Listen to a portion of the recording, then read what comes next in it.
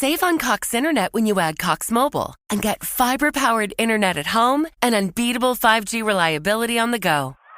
So whether you're playing a game at home, yes, cool, or attending one live, you can do more without spending more. Learn how to save at cox.com/internet. Cox Internet is connected to the premises via coaxial cable. Cox Mobile runs on the network with unbeatable 5G reliability as measured by Ookla LLC in the U.S. 2H 2023. Results may vary, not an endorsement. Other restrictions apply.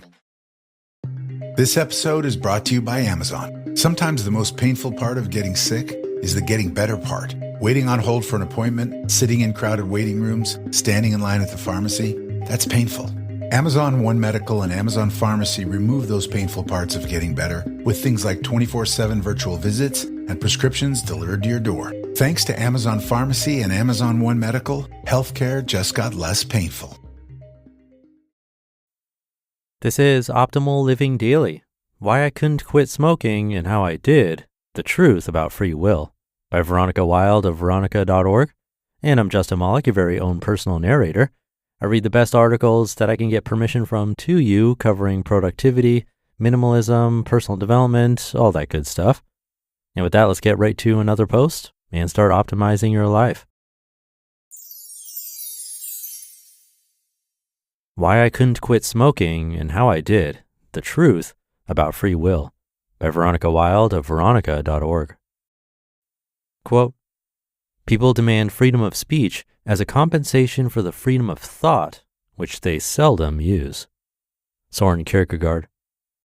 Years ago, I found myself sitting in a nearly empty coffee shop across from my college in the middle of a hot August afternoon. School had not yet begun for the semester, but I'd landed a job working with the faculty for my second year and was required to attend several meetings to do planning before the year started. This was how I found myself sitting across from one of my favorite professors who had begun to go on a verbal rampage against modern cognitive psychology.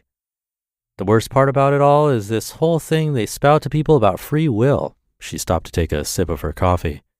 The more people keep feeding themselves that bull, the more frustrated they're going to be with their complete lack of capacity to change.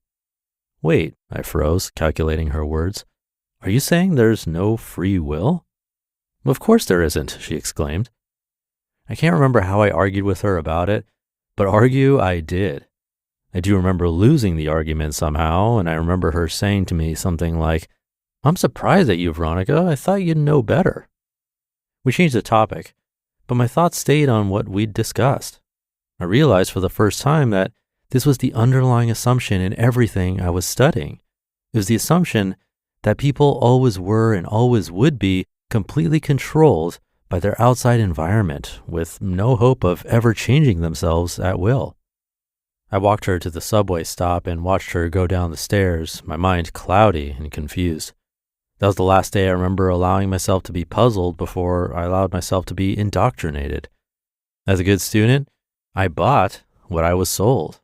As a good scientist, I practiced what I was preached. By that time, the next year, it was I who was wildly proclaiming that free will was a fabrication to the reluctant people outside my area of study. I did not realize at the time what effect my ideas about change and will were having on my life. I was a heavy smoker. I was a drinker. I was an addict. I thought I had an addictive personality. I allowed myself to put things into my body that I doubt most people even know exist. All the while, I suffered for my behaviors, but I blamed them on circumstance and environment. I blamed my childhood and my roommates, my partner and my past. All in all, my capacity to change myself was near zero. Little did I know that this capacity was a direct reflection of what I believed my capacity was. The first time I questioned what I'd been taught was when I decided to quit smoking. I tried to use a procedure that would help me quit by rearranging the circumstances around me. I'd give myself little treats for not smoking and avoid places I usually smoked. I told people around me I was doing it, set up a jar to put all my saved cigarette money into, and arranged for punitive measures in case I failed. I lasted about a week. And confused at my failed efforts, I had no explanation to turn to. I couldn't say that it was a failure of willpower because I didn't believe in willpower. I didn't believe in free will. There was no will. I decided that I'd simply crafted the wrong intervention. I'd have to try again. And again I tried. At that time, I lasted about 2 months.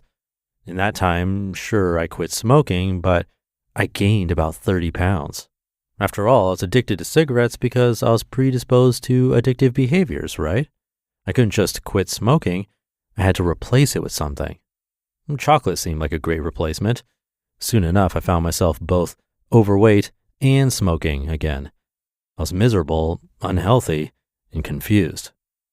And perhaps my first glimpse into the power of our minds to create free will was when I found a book by Alan Carr called The Easy Way to Quit Smoking. I read that book and never smoked again. I didn't replace it with food.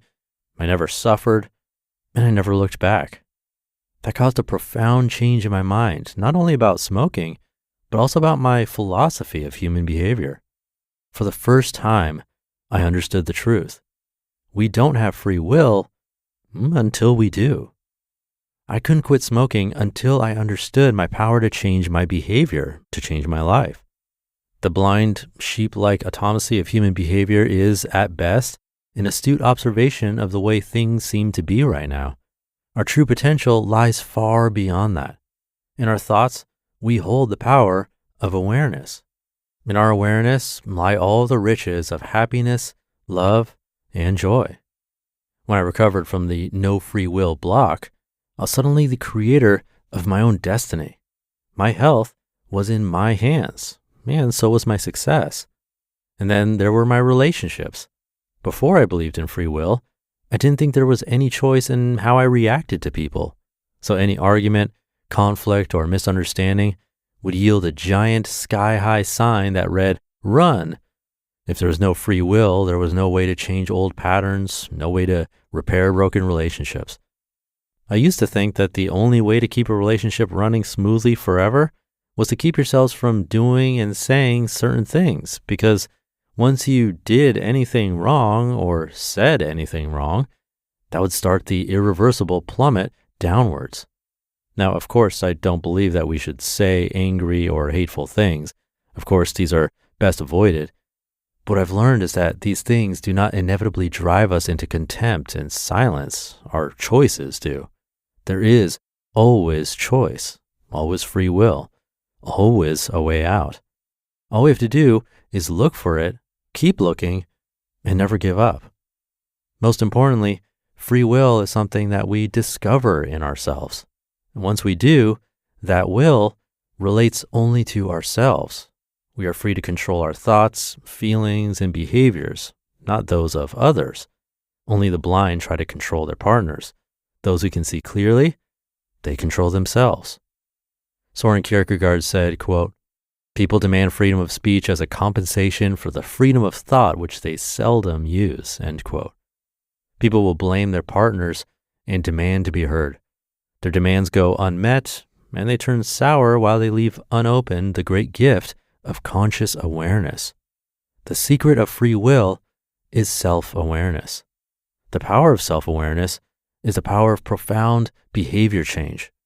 It's not just the power to quit smoking, it's the power to quit playing small and settling for less. And that's something we all deserve to do. You just listened to the post titled, "Why I Couldn't Quit Smoking and How I Did, The Truth About Free Will," by Vironika Wild of Vironika.org. And I'll be right back with my commentary. Build a routine with Ollie that supports your wellness needs, like getting your daily vitamins and minerals with Ollie's multi-gummies, or keeping your mood upbeat with all the vitamin D in Hello Happy. Give your gut health some support with probiotics, and wake up feeling refreshed after taking Ollie Sleep.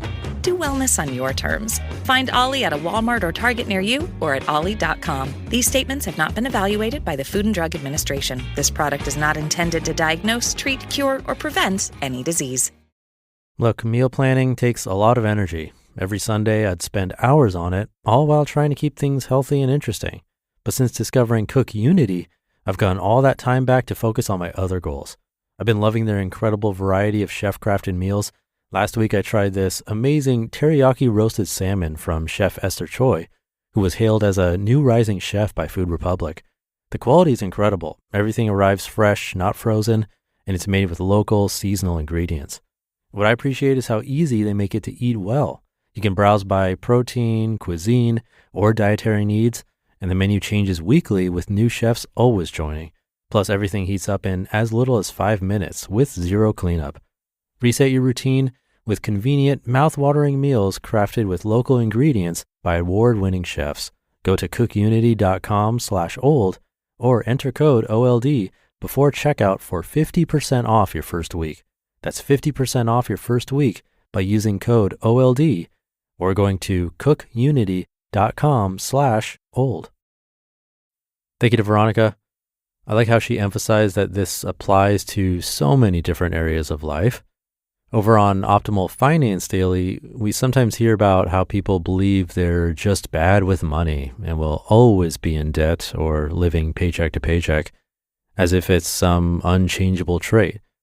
But it could be that these beliefs themselves can be the biggest obstacle to change our own mindset. The same with health, I think. For me personally, I always thought I had an all or nothing mindset. So if I wasn't all in on an exercise program, then I wouldn't do anything at all. But after reading thousands of articles here on the podcast, it seems pretty obvious now, but I learned that I just wasn't finding what I actually enjoy when it comes to exercise, and that it's okay for what I enjoy to change over time. Again, the obstacle was pretty much just myself, not some predetermined trait. So do you believe that change is possible? And if not, what might help you think differently? It's good stuff to think about today. And with that, have a great rest of your day, and I'll see you tomorrow for the Friday show, where your optimal life awaits.